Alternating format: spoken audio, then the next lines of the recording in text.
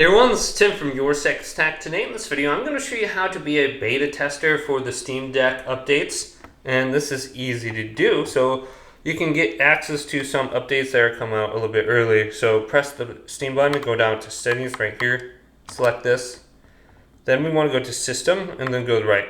And then go to beta participation. It says stable, but let's go to beta, testing for new Steam features.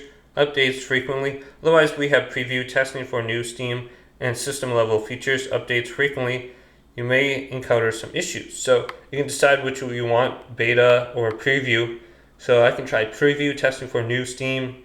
Okay, features. And then you have to restart your Steam Deck and then there will probably be an update. So you can get access to some of the updates that are coming out a little bit earlier, but it says it may encounter some issues. So you can decide if you want to go ahead and do this. But hopefully this video did indeed help you out. If it did, leave it a big thumbs up. Subscribe to my channel down below for more tech videos.